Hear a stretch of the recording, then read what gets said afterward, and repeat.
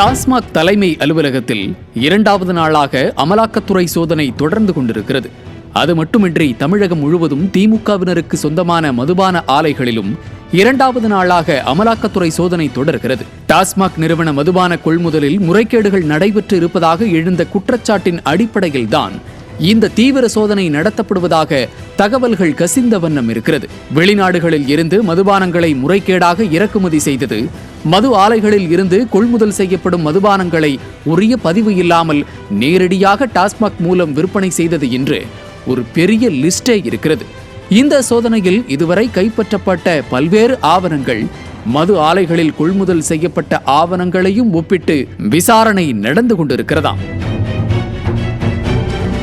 ஏற்கனவே சட்டவிரோத பணப்பரிமாற்றம் உள்ளிட்ட பல வழக்குகள் சுற்றி சுழன்றடித்துக் கொண்டிருக்கிறது அமைச்சர் செந்தில் பாலாஜியை.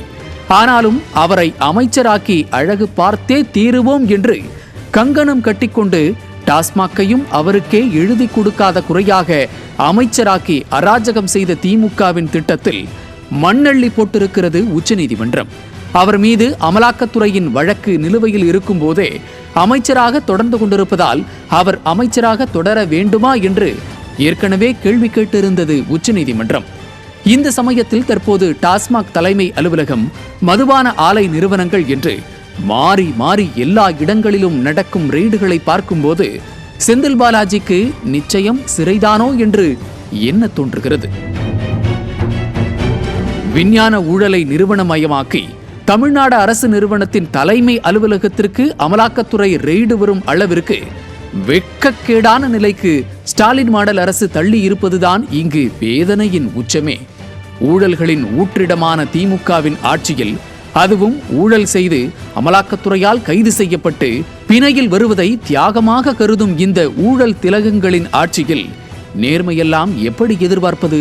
அதனால்தான் தற்போது ரெய்டுக்கு பயந்து அஞ்சி நடுங்கிக் கொண்டிருக்கிறது திமுக அரசாங்கம். திராவிட மாடல் ஆட்சியில் டாஸ்மாக்கில் நடைபெற்ற மிகப்பெரிய ஊழல் வெளிவந்திருக்கும் நிலையில் இதற்காகத்தான் செந்தில் பாலாஜி அவசரமாக அமைச்சராக்கப்பட்டாரா? கலால் வரி முறைகேடு விவகாரத்தில் வசமாக சிக்கப் போகிறதா அமைச்சர் செந்தில் பாலாஜியின் கரூர் கம்பெனி? பதவி இழந்து மீண்டும் சிறைக்கு செல்ல போகிறாரா செந்தில் பாலாஜி? பதற்றத்தில் இருக்கிறதா திராவிட மாடல் அரசு? இந்த எல்லா கேள்விகளுக்குமான பதில் இன்னும் சில நாட்களில் தெரிந்துவிடும். நியூஸ் ஜே செய்திகளுக்காக இணை ஆசிரியர் மனோஜ்குமார் கோபாலன்.